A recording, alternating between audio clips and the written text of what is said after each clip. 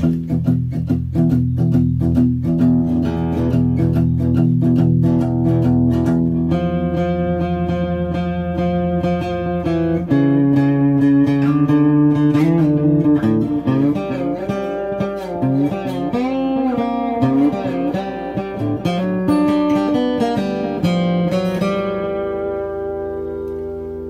to the Serious TV Drama Podcast. I'm Scott, and joining me tonight, well, the person who would actually fit the Minnesota nice label isn't here, so I'll say it's the Kentucky cool to my New York yuck. It's Brian. Hey, Brian. Hey, Scott. How you doing tonight? I'm doing okay. I momentarily considered saying the Dale Griffin to my Neil Page because we are recording this on, Thanksgiving Eve, and there's a decent chance that some, if not all, the listeners are going to be listening to us either Thanksgiving morning or the day after Thanksgiving. But I went with the other one instead. But as one might have heard from when I made the Minnesota Nice reference, which would have really applied to Jamie, who is a Fargo fan and has participated in these podcasts, and hopefully she will before the season's over. She does have that Minnesota, a bit of a Minnesota accent there. But we are here to discuss the season 5 premiere of Fargo. And we have been anticipating this, probably ever since season 4 ended, especially when we heard who was going to be on this season. But before we get into the premiere, which was, I think as they've done before, they gave us 2 episodes. That was very nice of them. And they were like normal length episodes too, which was very nice because we know how Noah Hawley can, sometimes like, wait, I'll do like an hour and 7 minutes or an hour and 11 minutes. But before I even watched the premiere, I was thinking about what Fargo, the series, has generally been and how the characters and storylines and even many themes, they kind of have fallen into a very well-crafted formula that Hawley, he obviously initially imported it from the original Fargo film. And then he kind of used, kind of created like a sketchy template of how he constructs an entire 10-episode season doing that. Now, as we discussed when we covered season 4, if we didn't, I don't know what the hell we were discussing then. He did get away from that formula to a certain extent, a large extent even, with season 4. And I think we podcasted about it. We still enjoyed it. But this I know, I am positive we said this during that coverage of that season. For whatever reasons, actually there are a lot of reasons, that season felt more like a nod to other Coen brothers movies, more so than something that fell under the Fargo brand. Am I right? He had a bit of Miller's Crossing here, a little bit, and it's like a Coen brothers period kind of a thing. And again, there were a lot of things we liked about the season, but at the same time, it didn't quite feel Fargo-y enough for me. Personally, I did like it still. I just this is a good 11 episodes of television, but it just didn't feel like the series I'd watched, especially for seasons 1 and 2. We know season 3 had some issues, whatever. So, when you look at the Fargo brand and the way I've been thinking about this, because I went into the premiere truly not having read anything about other than the only thing I knew about the season 5 premiere, Brian, I knew John Hamm was in it. I knew a few of the actors. I knew Juno Temple was on. I knew John Hamm was on. And I knew the kid, Joe Keery from, Stranger Things was in it. And there might have been one or two other maybe I think I knew Jennifer Jason Leigh was in it. I think I had heard David Foley was on it, which is pretty amazing. But that's all I knew was casting. And I knew that Joe Keery and John Hamm were like a father and son. Heck, I went into the premiere thinking that they were, the 2 cops that were going to be the heroes of the piece, so to speak. And that became pretty evident. Oh, no, that's not what they're doing here. But if you put season 4 aside, because again, that's that's Hawley trying to tell a much bigger pastiche of a story, even though he titled it Fargo. And, if you want to hear what we thought of that, go back and listen to those podcasts.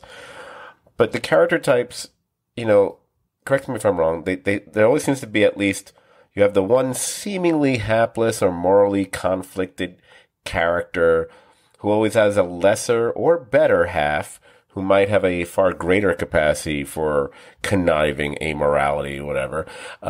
The exception being, if you want to go to the first season, when you have both those qualities in the same person, where they start out one way and they become that. And then, because I'm thinking about it, that's Martin Freeman basically starts out one way and he switches that at a certain point during the season, right? Yeah. Whereas season 2, you've got the couple, the Kirsten Dunst and Jesse Plemons, who I guess I think they're still a couple now, aren't they? Good for them. When you watch that, you can kind of feel like how things must go in that house. But you know what I mean? Like, she was clearly the more conniving of the two and whatever. Season 3, you had the two brothers, and that one's an interesting one because you've got the hapless one who kind of makes an attempt to be sort of conniving, but he's not really good at it. And then you got the other one, who's not really, but he's still kind of a scumbag, if I recall, and he gets worse as it goes along. So, that's that. So we go into this season and we kind of, and when you start watching, you kind of see, oh, it's playing out again. By the same token, you also have an antagonist in every season who represents this ever-present menace to those aforementioned characters. It's usually by chance or happenstance or something or something along those lines.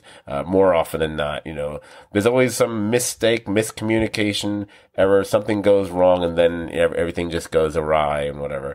And throughout the series, you'll have any number of semi-innocents who stand in the way and usually tend to lose their lives. Those are the people that are usually referred to in the opening crawl about, we've changed the names, but we were trying to stick to the truth of the story to honor those who died or whatever.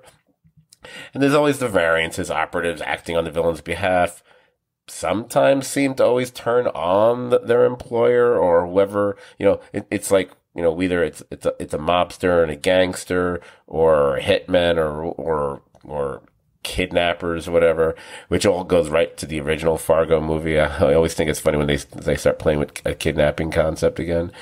It always seems to feel like Fargo plays as a battle of evil versus pretty bad.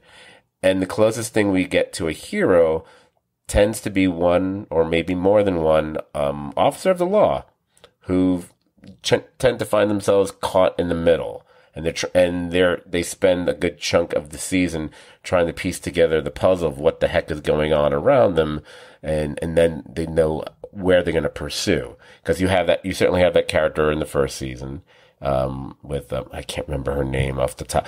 Allison Tolman, was that her last name? That sounds right. Okay, I apologize if I got her name wrong. Obviously, Patrick Wilson in season 2, along with you can say Sam Malone. I know it's not Sam Malone.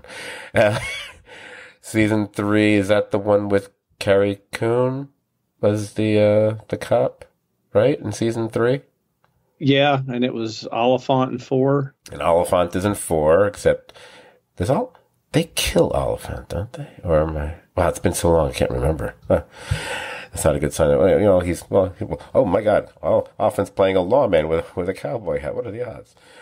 But I feel like all these things are always present, and it's these little kind of morality, O. Henry-like tales of violence and murder and relationship dynamics, and that's the Fargo brand. I think it's what made the first 2 seasons so brilliant. And even if season 3 was a step down, because I think when we talked about it back then, I think the audience's sympathy and maybe their interest even shifted almost completely to a couple supporting characters as opposed to the people that the season felt like it was supposed to be about. But if there's one thing Fargo consistently does well, even whether it be seasons 1, 2, 3, or 4, and maybe better than almost any other series, quite frankly, it's the way they fill out their cast with so many interesting, intriguing, quirky, odd, or just plain fun supporting players. And even in the 2 episodes we're going to talk about tonight, you could start to see that happening here. It's like, okay, that's it. Even though I see some of our main characters have enough quirks themselves already. So the first thing I'll say, and then I'm going to throw it to you because I feel like I've eaten up enough airspace here. I'll say this about these first 2 episodes. Let me say this. It feel to a large extent, I'm not going to say completely, but to a large extent, it kind of sort of feels like it's a return to what makes Fargo Fargo. You know what I mean? It's everything from everything from the locale to the characters to the lies and the deceit and everything.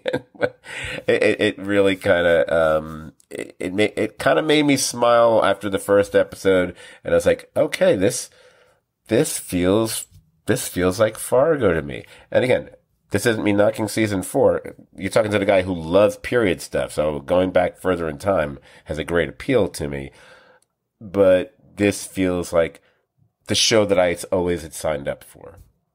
The scene of a horizon with nothing breaking the horizon, like a cityscape, or like the look of a flat road with a car parked on it, and in the background, nothing, or a sparse rural setting, is that's Fargo. That's where the majority of Fargo takes place. And as we know in the movie, and what I think some of our favorite seasons, there are trips to the city, or bad guys from the city come looking for you, out in the middle of nowhere. A whole season in the city, I think, was a little tonally a shift. And while we liked season 4, it got away a little from that element. And I think with the passage of time and our excitement of who would be in it, I too avoided reading anything, and I really badly wanted to read Sepinwall. Alan Sepinwall had written a review that I almost clicked on, and then I went, nope, not going to do it. The funny thing with Sepinwall for me, ever since he switched over from, I guess it was Up Rocks or whatever, to Rolling Stone, I can't read most of his stuff that he posts there when it first comes out, because I don't subscribe to Rolling Stone, and every time I click on those damn things, I can only see like the first 4 lines of whatever he wrote, and then it's like, to continue, I'm like, no, I'm not. I stopped buying Rolling Stone as a magazine years ago. Why am I going to pay to read it online? You guys write the worst lists of all time, and Mr. Sepinwall has even participated in some of those, so shame on him. So, but I am part of some newslettery thing he sends out every week, so I'll probably get a bit of his take on Friday, so which is good. That means I won't have to worry about parroting any of his words, which is always a concern of mine when I read him. I was like, I never want to read his stuff before I do. And it's great how many times I tend to be in sync with him, not because because I disagree with him about things too, but I'm like, oh, here's a well-educated person who knows about TV talk, and we saw it the same way. Anyway, come on, Brian. I didn't mean to interrupt you that much. No. I agree. I'm largely simpatico with him. And he also leads me to stuff occasionally, stuff I might overlook. Because unlike a lot of critics, he'll look at stuff that isn't quote unquote mainstream. Right. But I didn't click on it. And I have to say, about 15 minutes into this show, I found myself smiling and thinking like whatever this is, the world tonally, the dialogue, the settings, the actors, I was back in the world that this show excites in me, and really, really, really enjoyed it. And at the time, without knowing anything about it, It wasn't until it was over that I particularly appreciated that there was a structure to episode 1 and episode 2 to, really put us in the world of who is going to be, the center of the action, and then introduce us to the bad guys. And it was funny because I kept going, when's John Hamm going to be in this? Like, when's John Hamm going to be in this? And it reminded me, we were joking on the podcast about the morning show. Mm-hmm. And I said, man, I'd love to see him do some more Menace. And you go, well, I think he's going to be the good guy in this one. And I got done with episode 2 and I was like, he might be the bad guy. Yeah, he's the bad guy. And just Mr. Stranger Things heartthrob is like, the stereotypical wear your shades backwards on your head, racist, authoritarian police officer. I mean, there's so much commentary. And I'm looking forward to seeing, I think the element that you referred to earlier, because we know the trooper who got shot, who's in the hospital, and the woman that goes to see him at the hospital, it looks like they're going to team up. Yeah, and they're going to be hopefully the good law people that get in the middle of this. So I really, really enjoyed it. And later when we get to it, I have one small complaint, but the things I love about the Coens and this world, I mean, Dave Foley, what a name. Like, is it an obvious Shakespeare joke that his character's name is Danish Graves? Is that like, hey, like this is, because all of Fargo is sort of Shakespearean tragedy and farce. Right. And there's going to be a lot of blood. There's going to be a lot of death. But this I was curious because I was so ignorant of it. I didn't know if Hawley was writing all of it, how much he was directing. And, at the end of the first episode, he wrote and directed it, I believe. Yep. Both. And there was the menace, but there was the farce, the comedy. It really hit all the notes. And I have to say, probably my favorite joke in the whole thing is when the kid stood up with the air horn and the guy shoots him. He blows the air horn at the guy in the convenience store.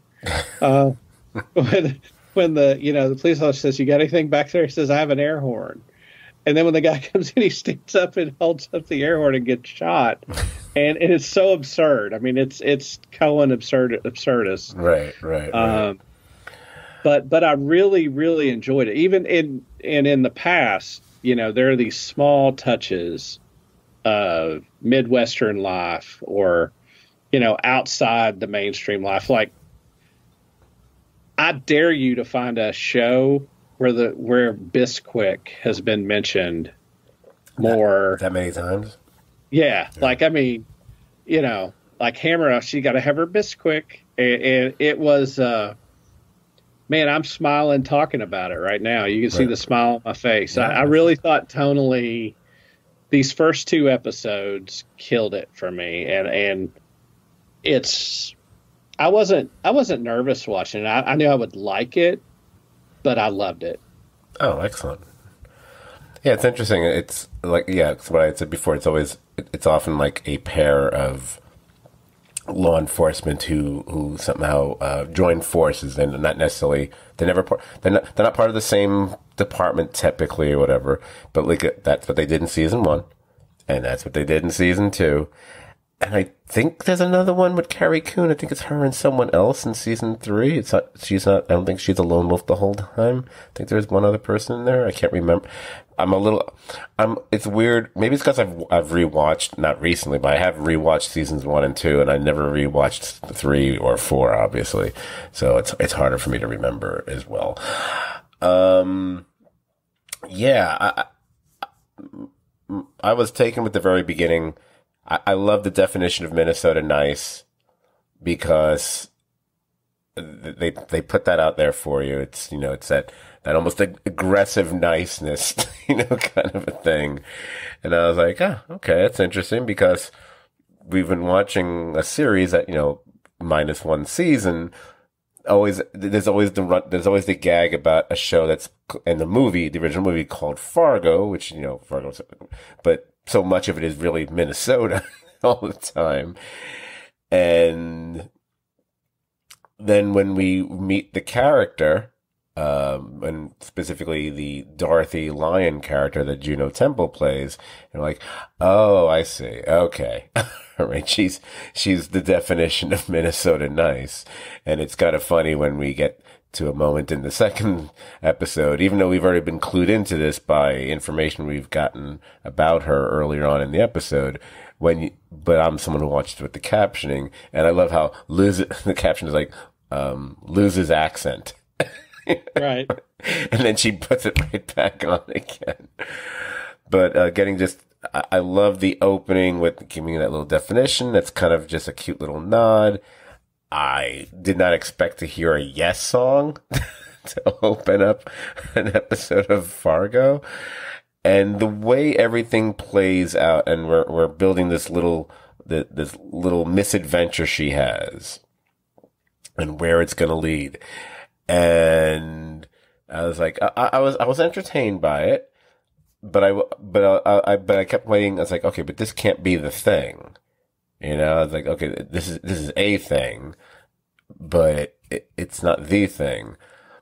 The minute the two different hooded fellows show up at her door, at her house, and that's what kind of kicked it in for me. That, and everything that proceeds from that point on is like, okay, we're in classic Fargo territory now.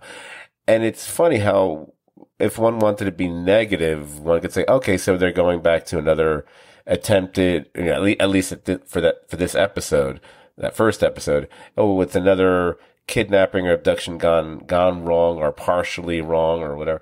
And it's another pair of guys who have been hired by someone else, and how is that going to go? And one is much more scary or creepier or imposing than the other one, who's a bit more on the smaller side. This goes all the way back to the movie with Buscemi and the other dude, whatever. And one can kind of like smack them around for, oh, you're not being very original here. It's like, you know what? I'm okay with that. I'm okay. It's like, oh, look, something bad's they're getting pulled over by police, and that's going to go horribly wrong for at least one of those cops. Wait, where have I seen that before? Oh yeah, Fargo. Right. They just keep hitting those notes.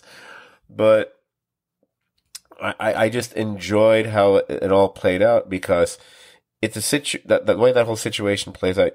You'd think that when you have one officer who's still alive and is able to communicate with, headquarters or whatever, and, man down, blah, blah, blah, and he makes his way to you think this shouldn't be as big, it shouldn't be as big a problem as it is. It should be easier for them to handle. But you realize, well, they're out in the sticks here. He's on the highway, the station where the other cops are might be several, 30 miles away. Who knows? I don't, it's rural here. So, there's greater distances involved. It's not like it's New York City and it's 6 blocks away. It might be 16 miles away, and don't have a definite read on where they are. That is real, even where I live. One of the, and I'm not trying to be political here, one of the things that is true, there are places that if you live, you can't call the cops for protection, because by the time they get there, it's too late. And, this is, there's a place where I live, and I won't say the name to give it away, but the officers would go there often. And if they went out there alone, there was always fear that if you called and needed backup, it would be a half hour before anybody would get there. And, which doesn't just include, a shootout, but, You think about the consequences of, just say you have a wreck, it's 30 minutes for an ambulance to get to you, or, somebody to pull your car up off the hill, whatever. But the reality of that played out is stark. And you see built into the officer, I mean, he knows like he's not going to get help, and he goes and goes to that station. And I love how it's, the only station out in the middle of nowhere. It's the only thing brightly lit. It's kind of funny that it's open. I mean, I thought, man, it would be hard to hire clerks there. Who the hell would want to work in that place? So it's the perfect place to stick up, right, out in the middle of nowhere at night. But he has an air horn, so, no problem. But he has an air horn. Yeah. But yeah, that conceit of the two thugs coming to get her. That's when Fargo's at its best. That the deliberate choice of the first mask not being just a ski mask, being like that sort of squarish, hooded looking mask that's a little more menacing. Right, more like a sack over his head kind of thing, which is reminiscent of a number of things. I mean, horror movies. I mean, I think before Jason had the hockey mask, I think in the second movie, I think he wore something similar to that over his head, if I'm not mistaken. And yeah, different and other types of horror movies. And when you think of the bad guys in westerns, like, a lot of times when they would wear masks, they'd throw a burlap thing over their head, and it would look very similar to that. In fact, that's actually probably a more apropos reference, because to a large extent, a lot of these Fargo stories, especially you see, UFOs not excluded, have kind of a Western sort of feel to them as well, modern day kind of thing, a neo-Western kind of a thing.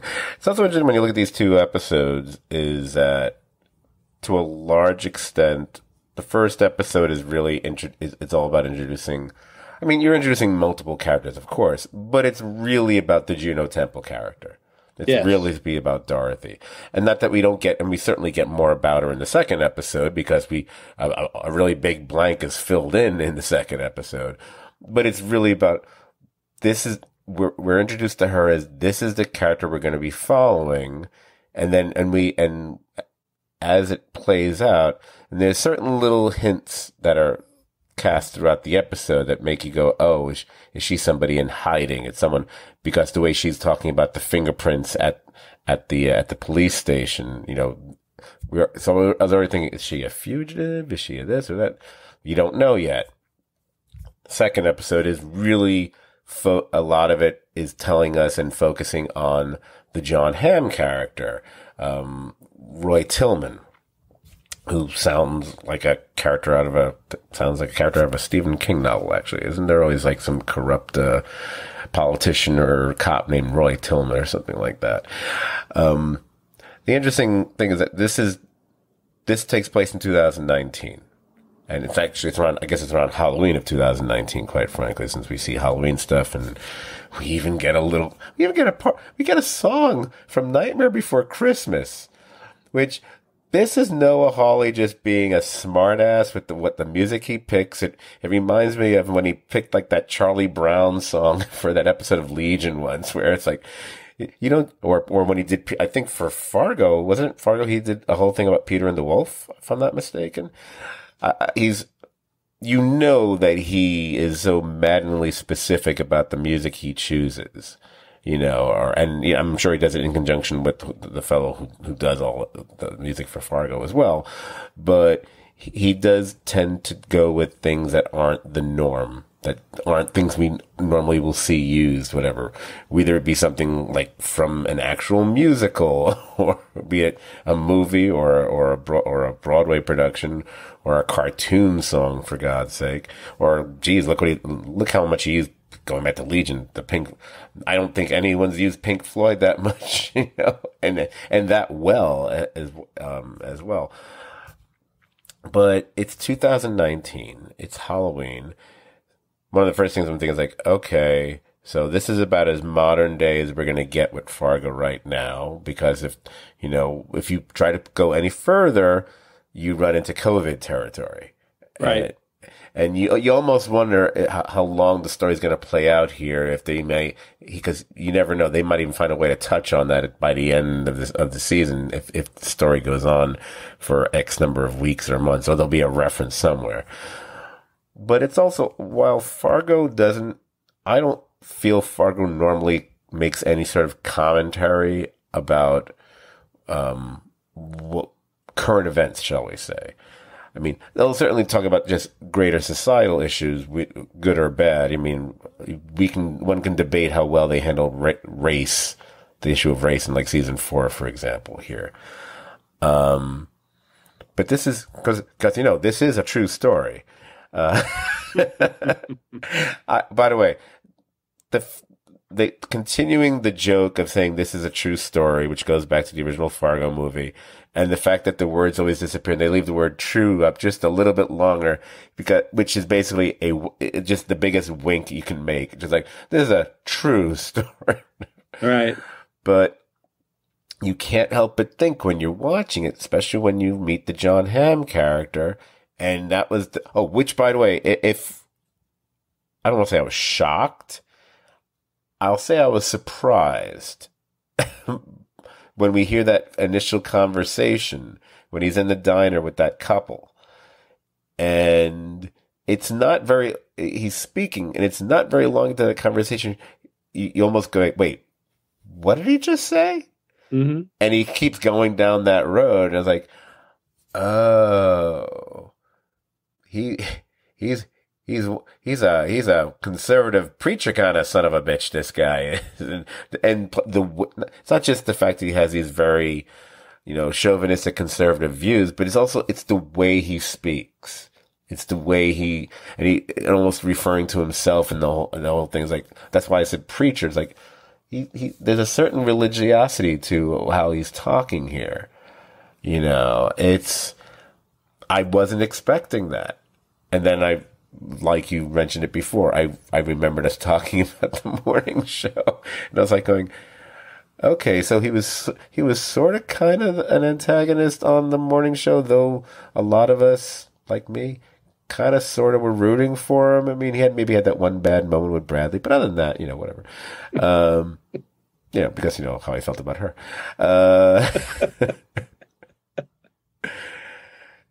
But here it's like, he is the bad. Yeah, he's a creep. I didn't see that come. I didn't know. I was all excited. He's gonna be like, I thought he had like with the 10-gallon hat and the fleece jacket. Like, he's gonna be like a modern day McLeod. Yeah, that's how old I am. I remember McLeod, and like 3 listeners will know who I'm talking about. Big Dennis Weaver fans out there. Big. And they're like, Dennis, wait, who? So, but the way, and obviously, again, it's 2019. It's the age of Trump. So you have that. So, and I believe there's a Trump reference somewhere, and I think is he on the radio or the TV or somewhere? There's a Trump thing somewhere in that episode. I can't remember where it is. Where I was like going, all right. That's about right, whatever.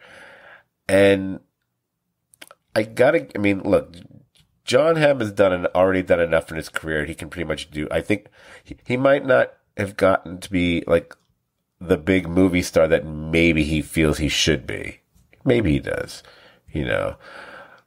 but I think he's earned enough, credibility, and with his diverse performances, he can be a bit fearless now. The scene with him in the hot tub, and he's a little beefy. He's a little beefier than we're expecting to him. And I'm going to tell you something. I thought we were going to get just a second shot of something, which there's no way. FX, you never know what they might be able to get away with. But there's something he's known for. And when we got the back shot, and I kept thinking, are we going to see something from the back? You know, You thought you were going to get the ham. then we're gonna get the Hamaconda, or at least That's right. at least a shadow of it or something, or a reaction from one of the two agents or something. Did you notice the nipple rings? Yeah. What the fuck? I'm really intrigued by how his character is going to play out over the course of this series, because I'm hoping. I mean, we've gotten a lot of information about him. They were very nice to give us an unexpected level of backstory as far as, and now we know what the real story is with Darth Dot Lion and so on, whatever. And I almost think Hawley was like, yeah, that's not the mystery I need to drag out here. Let's make you should be able to figure this out, but I'll just fill it in for you. You know, I'll assume my audience isn't as smart as they used to be. You know, but let's just move on, whatever. But I'm curious what kind of, if there'll be any additional shadings to him as we go on. Well, we see a couple things that tell you a lot early on. One is when the hitman or the bagman comes back from the failed kidnapping. Like, I thought this, and maybe I'm crazy. I think there's sort of a veiled shot at Yellowstone here. That it's him and his kid and the people working on his place. You know, in Yellowstone, spoiler alert, it's been out several years. You know, when people disappear, they get taken to the train station. Oh.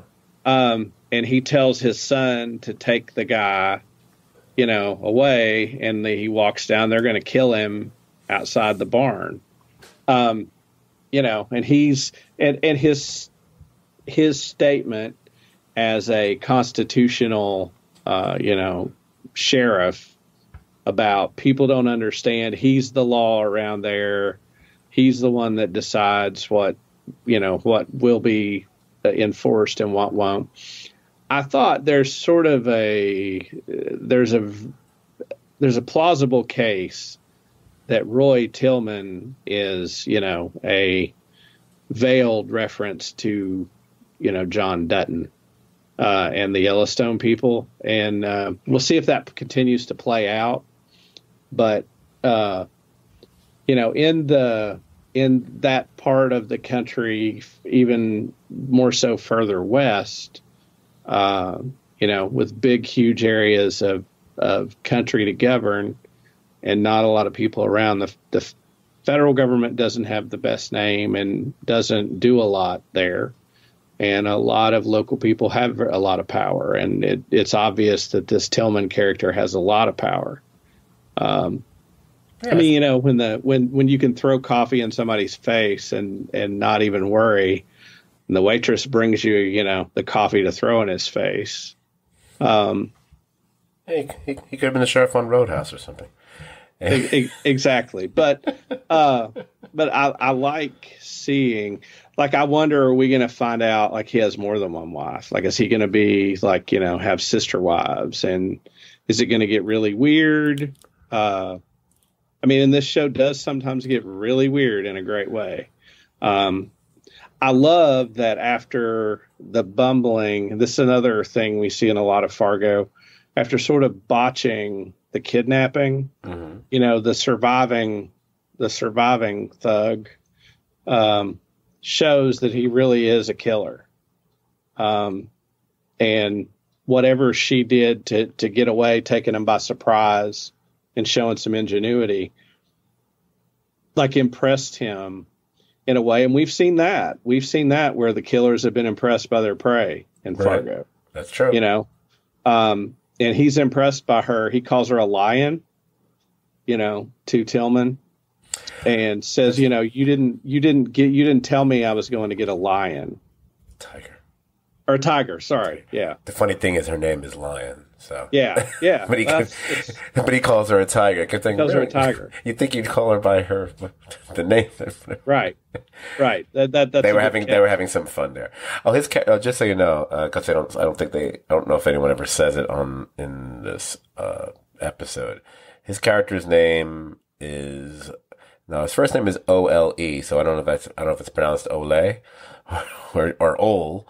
Might be Ole because his last name is Munch. Maybe his name is Ole It Munch. could be Ole. I mean, like, Could be Ole Ole. Anderson Yeah. from the rest. They were from the Minnesota Wrecking Crew. Right. Um, True. but I like the touches we've got, and now he's got a full out vendetta against the sheriff. And we see him leave a message for the sheriff at the gas station with his ignorant son goes to get beef jerky. And did you notice what the son was drinking? Mountain Dew.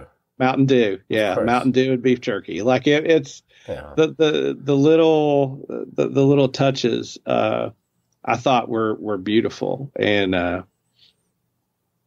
think if we move to the family stuff last, that's where the only complaint I sort of have about it is. I like everybody involved. I don't love Jennifer Jason Leigh's vocal choices. And I don't know if it's intentionally showing that she's fake or her sort of overemphasis on her vocal choices sort of irritate me. Well, it's interesting you should say that. So you have Jennifer Jason Leigh doing what you were just talking about. Now, Jennifer Jason Leigh has already been part of the Coen Brothers universe. And what's funny, what you're pointing out, if memory serves, and I'm going to say it for a change, it's actually going to serve me well here. She had a memorable part, I believe it was in the Hudsucker Proxy. I think that's the movie she was in. And she made a very and one of the things that movie was noted for, both positively or negatively, depending how the critic felt about it. She had a very distinctive vocal choice in that as well. She was very much trying to channel like a Rosalind Russell, fast talking with a certain kind of accent as well, the way her intonations, whatever. And when I saw her on this, my first thought was like, oh, Jennifer Jason Leigh. Oh, it's like, oh, I almost want to stop to think about all 5 seasons now. How many people who have actually been in Coen Brothers movies already have showed up on the TV series? I don't know if I don't know if she's the first one or if there's several. I haven't really stopped to think about it because I don't think in fact, I know I haven't seen every Coen Brothers movie. I think I've missed a couple. I'm not sure. And then I heard her speak and I went, I wonder if they're doing that on purpose because it's almost a nod to the fact that she had such an odd choice of voice on a character she'd already did in a Coen Brothers movie. It seemed like it's an odd reason to do it, of course. It would have made more sense if you had that character in season 4 where everything seemed to be referencing a different Coen Brothers movie, quite frankly. I don't disagree with you. It felt to me like you were trying to give her just one more thing to make her just a little bit more odd or quirky.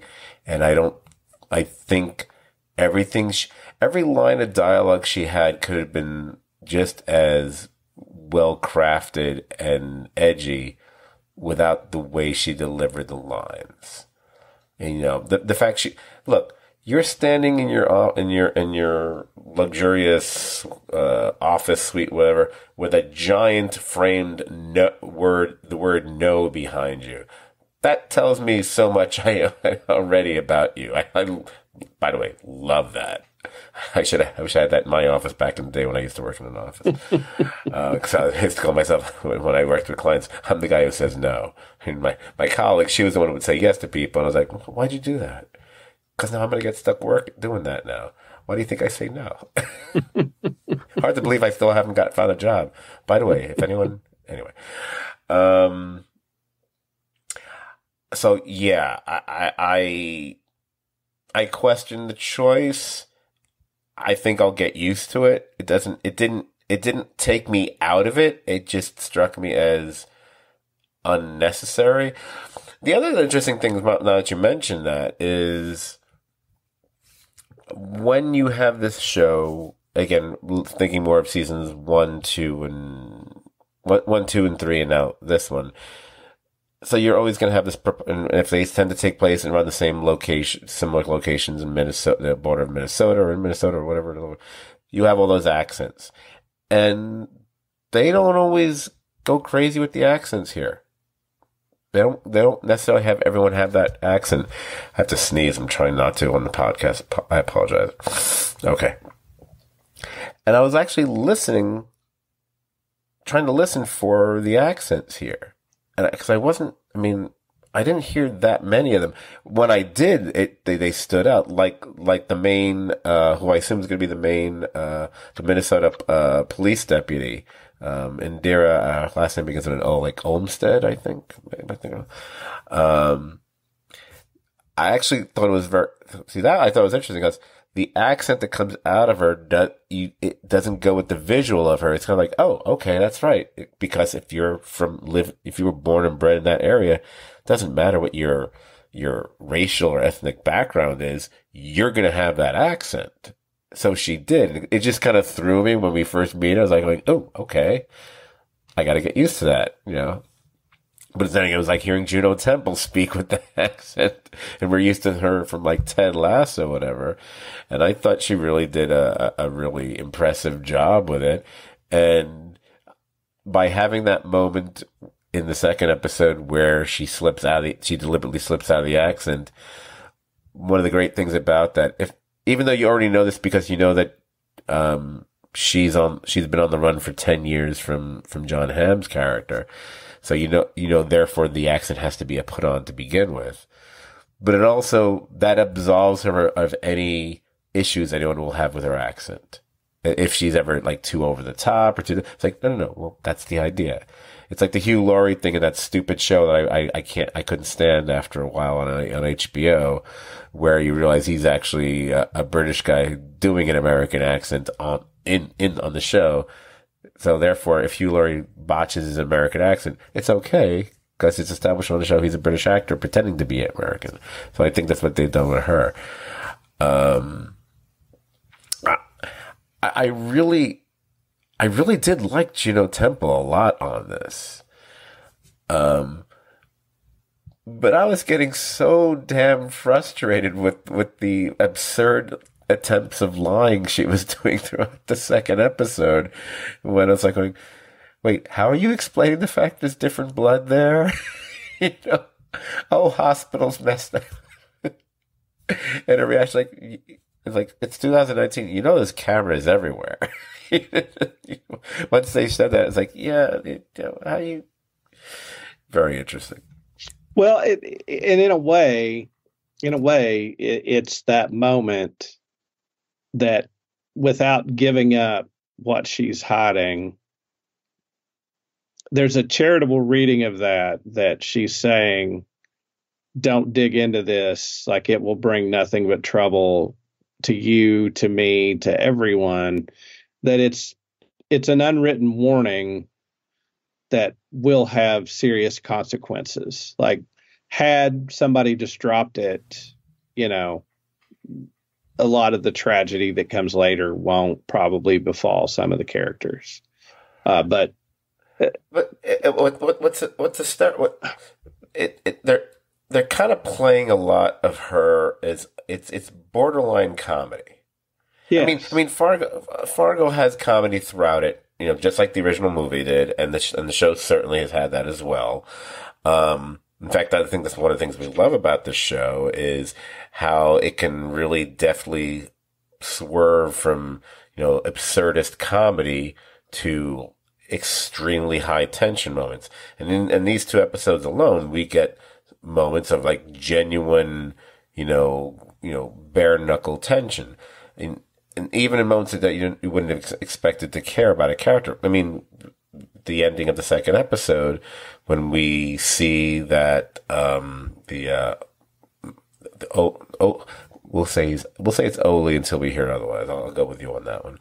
When Oli kills the other deputy dude, whatever, and then when we watch Joe Keery's character get in the car, and we're just waiting for something to happen.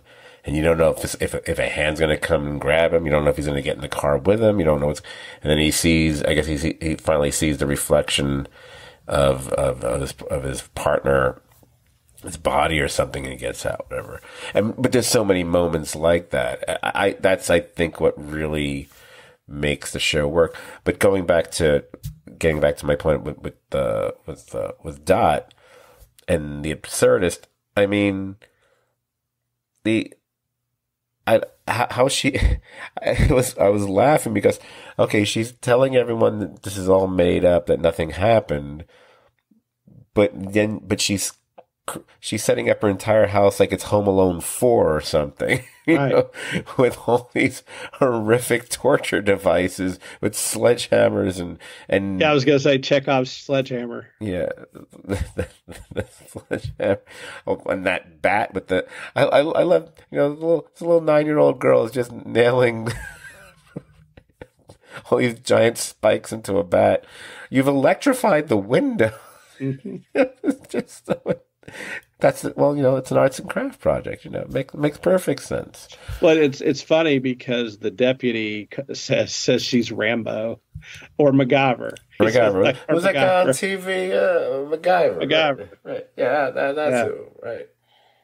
Yeah, they've given her a sense of mystery and capability that is a really interesting way to start the show. She's perhaps more equipped to deal with challenges than maybe some of the other people in peril than we've seen. Right. And you wouldn't expect, I mean, the first scene, she goes to another, touching on a timely topic, a school board meeting that breaks into a full brawl. And she comes prepared with a stun gun. So, I mean, she's always prepared for danger and has lots of ideas. Isn't it an interesting choice that the episode and the premiere starts, the fight's already broken out. It's a raging fight already. We never see what leads up to it, how this all happens, how like every single person is attacking each other, and it's almost like a rage disease has kind of been infected the entire crowd. If I put this on and you told me this was a sci-fi show, it would have been like, oh, okay, that's what's happening. That's what's happening now.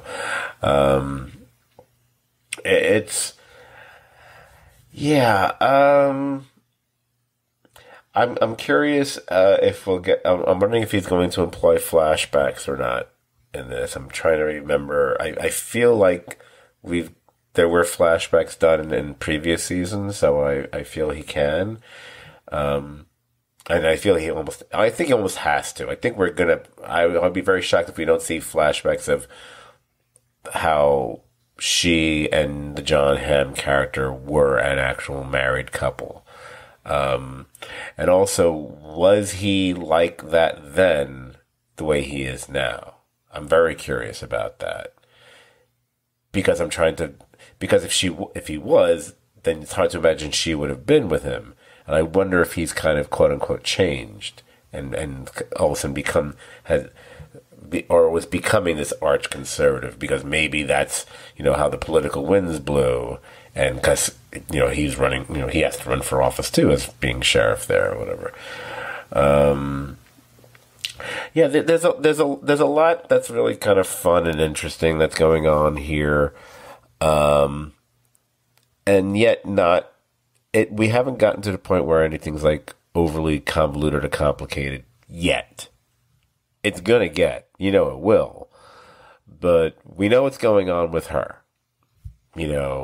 She's been she was on the run from her husband, probably some sort of abusive situation. We don't know exactly what it is. It might be something beyond that. The way he refers to her almost implies it's something else. He keeps referring to like a debt, and you wonder if there's something more to it than just the fact that she left him or abandoned him or whatever. I wonder if there's more to it than that. Obviously, Lorraine, the mama lion, so to speak, thinks it's something else, and she's not exactly right, but she's not exactly wrong either, because she is right about, well, she is conning everybody. You know, and also when we get to hear her husband more, it's like, oh, you're presenting this dude as almost the polar opposite of the John Hamm character. It's kind of like, if this was like the 1980s, it would be comparing like Chuck Norris to Phil Donahue or something like that.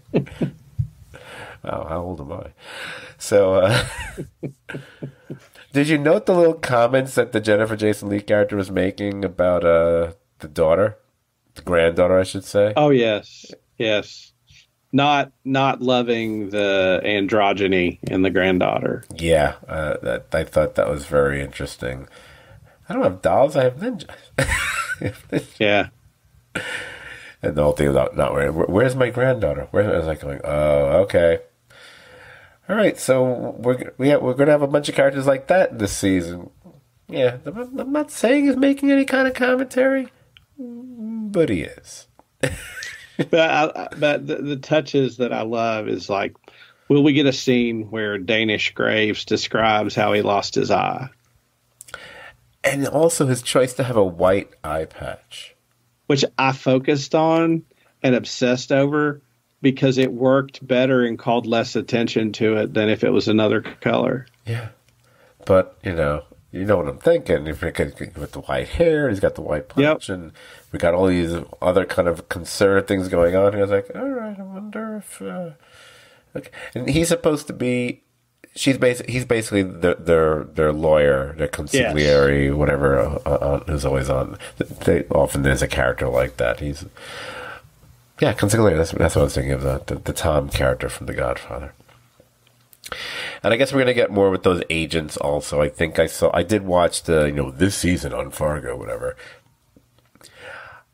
You got to love Roy being deliberately belittling and playing, and, kind of playing up, not being, being like a country boy, like calling him J Queen instead of walking. He's like, maybe Mr. and Mrs. J Queen could go. Not even acknowledging that her name, which I believe is said, is Agent Meyer, which by ignoring that and calling Mr. and Mrs. J Queen is like, okay, did you just was that a really super subtle little anti-Semitic thing there? Not, of course, someone could be named Meyer, not necessarily be Jewish, of course, but, yeah, I just like that we're getting these little bits, and now we're going to watch how these things come together as they do on Fargo, how these two officers are going to eventually be working together. I'm sorry, though, and maybe I'm wrong about this. If you delete a photo, I'm pretty sure you can, I mean, maybe I'm wrong. I'll look on my phone. There's a deleted file. You can go to deleted files and call it back up. You have to delete from deleted items for it to be gone. But maybe she's not familiar with how phones work. I kept thinking that. It's like, so what if you deleted it? You gotta delete twice to make something like delete, Like I have some pictures. I felt guilty that I had my phone fairly recently, and I did some deleting. And I noticed, it's like, you know what? I didn't delete the whole way though. It's like, cause there's going to be a day where like, click. What am I talking about? Stop, Scott. Anyway, so, that's from one listener who says, I want to hear more about your personal life. There you go. Well, the last thing I'd like to touch on. Yep.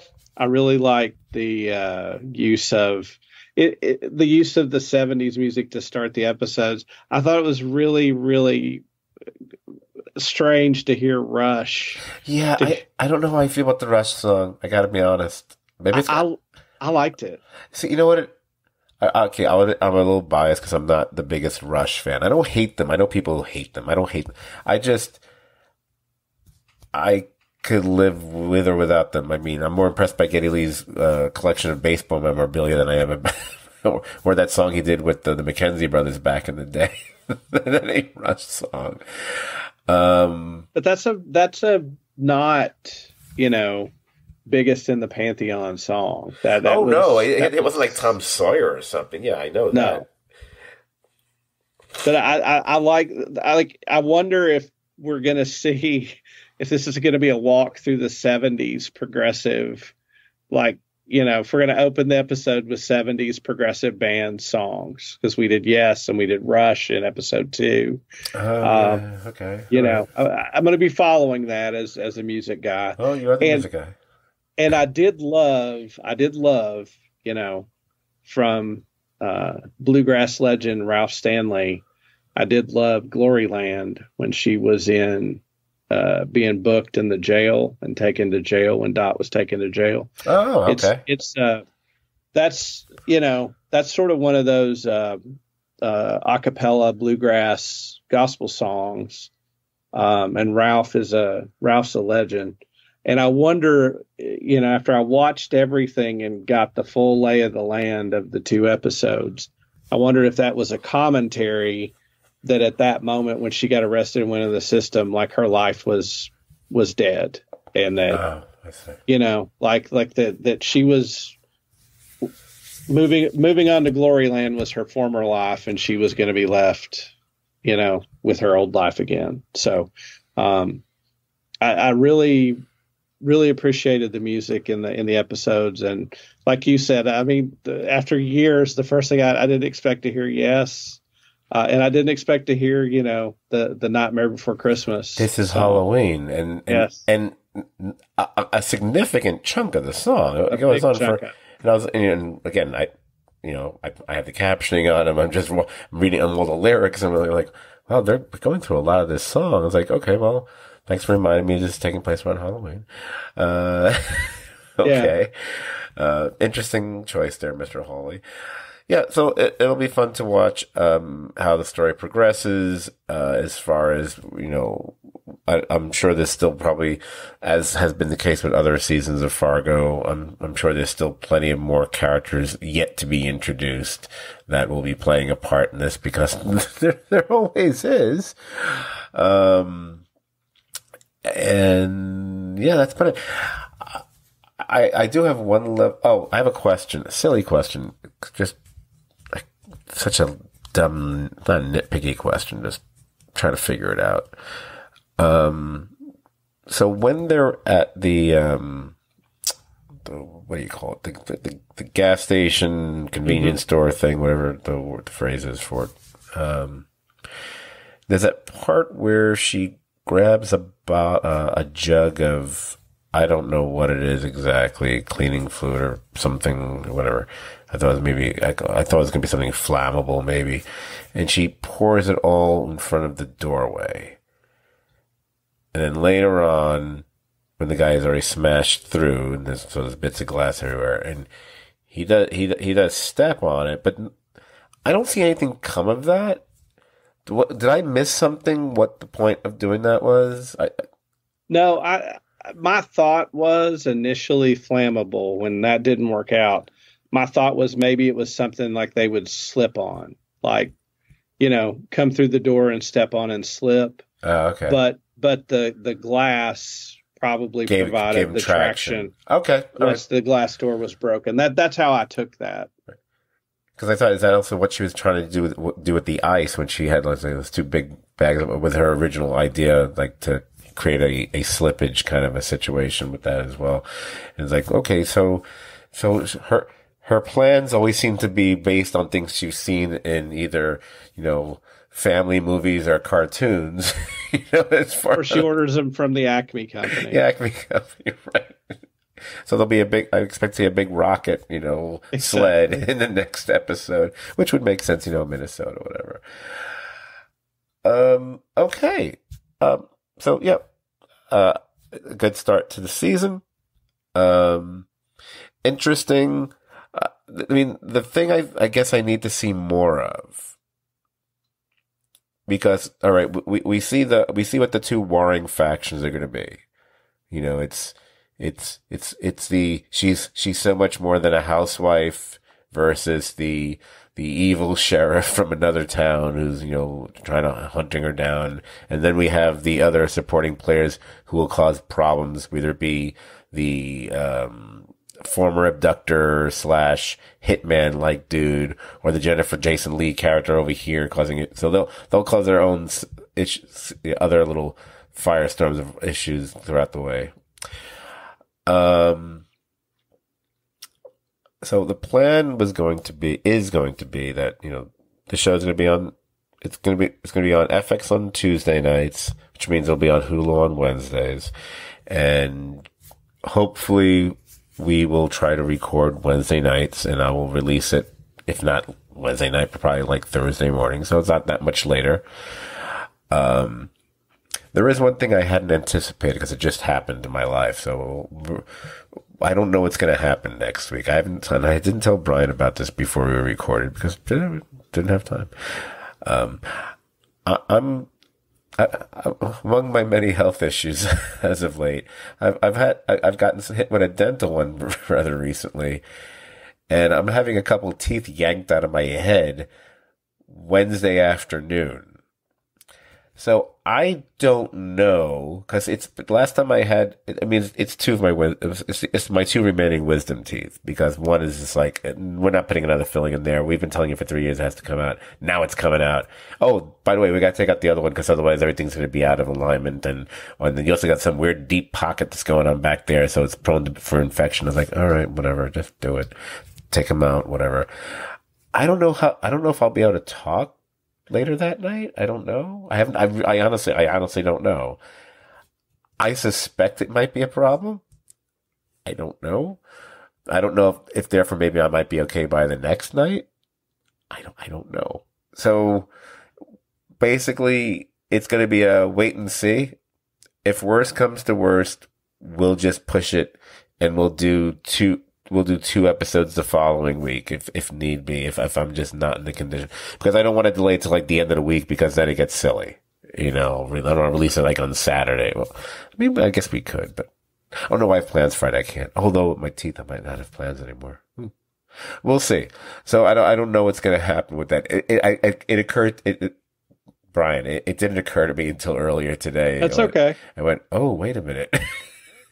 I was all excited, like, oh, I was able to avoid the whole dart thing. That's going to happen when I can recover for the next few days. Like, oh, you know what? You're supposed to be recording a podcast, but you haven't even scheduled a Teen Wolf podcast, much less this one. I keep forgetting about that. So we'll figure it out. We'll worst case scenario, we'll do two the following. We'll do both the next two on 1 week the following, or but if I'm okay to talk. Or maybe I'll just like nod and just make little sounds or something, and Brian will do all the talk. Ah, look at that. Wouldn't it be amazing? Wouldn't it be amazing for there to finally be an episode of the Serious TV Drama Podcast that I didn't actually participate in? There's no reason it couldn't happen. It just never. You know what? It could be. Like really, maybe you use the guest host thing as like like when Johnny would take off Mondays and Tuesdays and Fridays. you can be my Gary Shandling. And hey, you know what? Actually, of all the people that guest host, I am thrilled that you picked Gary Shandling. I wasn't gonna pick Jay. Come on. Ugh. And she could be Joan Rivers.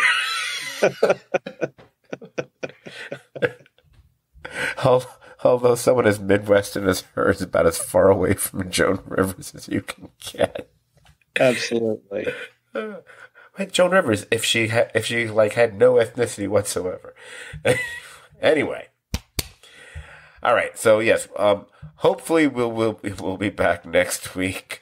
But if not, if the gaping holes in my mouth cause a problem, we'll push it to the following week. This is what happens when I don't script podcast ahead of time. Anywho, hopefully if y'all enjoyed this podcast, you'll also enjoy hanging out on our Facebook page. It's the Serious TV Drama Podcast page. Like the page, you can join the conversation about shows like Fargo and so many others. We are available on most podcast platforms, obviously. If you go to podbean.com, well, I shouldn't say obviously, that's stupid. That's not obvious at all. If you go to podbean.com, that's the one place you can find all of our podcasts. We're at 392. I think this is 392. Is this 391 or 392? I'm going to say it's 392. And if you happen to go on Apple Podcasts, that's a place you can rate and review us. That's kind of cool. No one's done it in a while, but we have a plenty. I'm not complaining about that. I've heard there's other podcast platforms that we're on that also have ways you can rate and review us. I don't know where I've looked. I can't find that anywhere. I'm very confused by it. Then I realize, okay, I'm still a Luddite with these things, so I don't care. You can find us on Instagram. Serious TV Drama is one word. I guess we'll remain on X Twitter, even though, you know, with Musk supporting anti-Semitic statements, I'm feeling a little funny about that. But, you know, I mean, I'm allowed to make them because, you know, Jew. But if you don't care for it, no, you can follow us there at STVD Podcast. That's STV as in Serious TV Drama. If I sound like I'm talking funny because I can feel my nose starting to drip, I don't know what's going on. So let me do this one more time. Okay. It's the ghost of Dan. Brian, so thank you so much for joining me tonight, and I look forward on embarking on the rest of this season with you. Oh, by the way, another one of our favorite shows that we could have mentioned, but we're not doing a podcast about, For All Mankind is off to a really strong start this season. Absolutely. I'm very happy to see that. You and I are big fans of that show. And is this the final season? I think it's the final season. I think so. I think year one. I mean, they're running, you know, they're literally running out of time, unless they went into the future. So I am watching that, and I just started that Bodies show, which has been around for like a month or two, and I'm enjoying that. It's like I already did the joke on Facebook, so I've ruined it. I should have saved it for the podcast. I was like, you know what it is? It's like dark light. There we go. You know what? It still works. Don't care. There's going to be people who are on that Facebook page. Am I watching anything else? Nah, nothing else worth talking about. Invisible. Wow. Sounded like Trump slurring a speech there. Invincible. Invincible. Oh, and I just watched something for 3 nights in a row I rewatched Citizen Kane, and I actually sat there for about a half an hour going through my entire life trying to figure out how many times I've actually watched Citizen Kane. Because I automatically would have said, I've seen it. I must have seen it at least 20 times. Like, no, have you really? And I started to figure out how many times I must have watched it in my childhood. Then in the 90s, then I figured out, I was like, I've seen it at least 12 times. Because I realized I wanted to watch David Fincher's The Killer.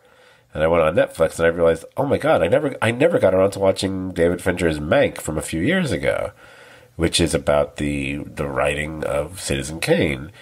And I said, you know what? I should watch Citizen Kane before I watch that. Best decision I could have made, because it's excellent to watch those back to back, because everything is just fresh in your mind and all the references and everything else. And I see Mank got a ton of Oscar nominations. I don't know how it didn't, but I don't think it got a screenplay nomination, which is insane. If that's the one, other than the art direction, that's the one thing I'd give it I wouldn't have given any of the actors anything, but I think the screenplay, anyway, whatever. And then I watched The Killer. It's okay. It's fine. It's just, you know, I'm a little bothered because the opening credits look like the opening of a certain other script, which I can't really talk about here, which kind of made me go, I don't know if that's going to be a problem. You know what? I'm not the director. Let him figure it out. But it's like, we might have to go back to my original opening, but whatever. Anyway, I'm rambling here. Brian, thank you for joining me on the podcast, and I look forward to talking to you soon. And and to you and to our listeners, and I bet you were going to do it, so I'm going to do it. I'm going to preempt you. If you happen to listen to this tomorrow, happy Thanksgiving. Oh, see? You want to be the bearer of good news for once. It's happy, Scott. Fuck you. Well, happy Thanksgiving to everyone, and happy Thanksgiving to you, Scott. Love Fargo. Can't wait for the next episode. Check it out. Email us. Hit us up on social media, and we'll talk to you soon. Email us. Do we still have an email? Do we have an email address? Oh, that's right, we do. I don't know I can't remember what the password is to access. Okay, don't email us. Hit us up on social media. Yeah. People, by the way, you can comment on the Facebook page. Or you can tweet. I guess you can tweet or whatever. Wait, if it's not Twitter, then it's not tweet. Oh, is it posting? Is that what they're... fucking idiots. But I'm going to say this to a bunch of people out there. You can comment on the podcast on the page. It's okay to do that. You don't need to send me a private message. You can share it with the world. It's like the people who do that, and there's a certain few who do it all the time. And I have a couple randos who do it. It's like, when you do that, I appreciate especially when they're compliments. There's been some not so compliments, whatever. But it's like you're ashamed to admit you listen when you do that. Do it on the page. Do it on the page. Neil Page. Thanksgiving. There you go. It all came together. There you go. Do All it right. on the page. Good night. Have a good night, everybody.